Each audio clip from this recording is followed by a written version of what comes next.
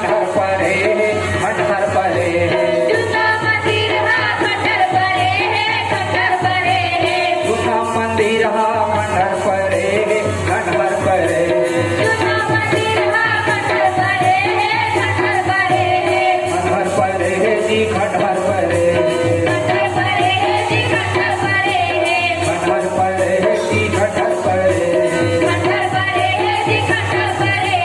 मनोकान को नहीं चढ़ाए समझ में आए नहीं यहाँ जितना मंदिर बनाए समझ में आए नहीं यहाँ जितना मंदिर बनाए समझ में आए नहीं यहों इतना मंदिर बनाए समझ में आए नहीं यहों इतना मंदिर बनाए समझ में आए नहीं यहाँ जितना मंदिर बनाए समझ में आए नहीं यहाँ जितना मंदिर बनाए समझ में आए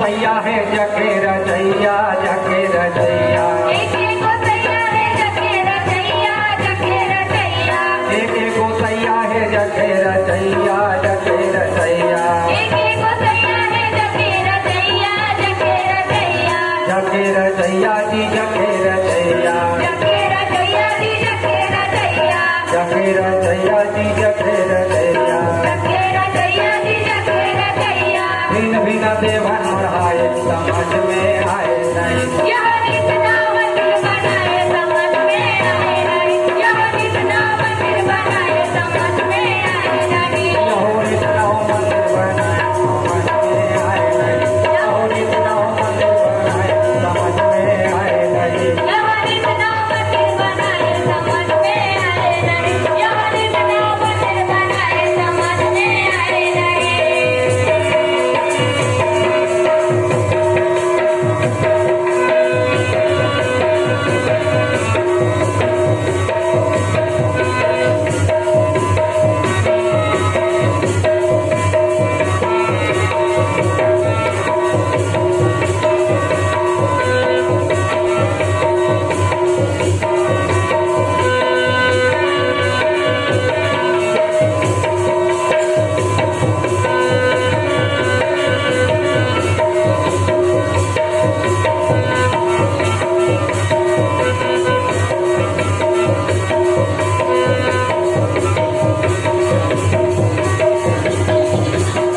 धरती में भीड़ भारी भय के भगवान के भय के भगवान के धरती में भीड़ भारी भय के भगवान के भय के भगवान के धरती में भीड़ भारी भय के भगवान के भय के भगवान के धरती में भीड़ भारी भय के भगवान के भय के भगवान के भय के भगवान के जी भय के भगवान के भय के भगवान के जी भय के भगवान के भय के भगवान के जी भय के भगवान के भय के भगवान के जी भय के भगवान के देवक न तुमको बढ़ाए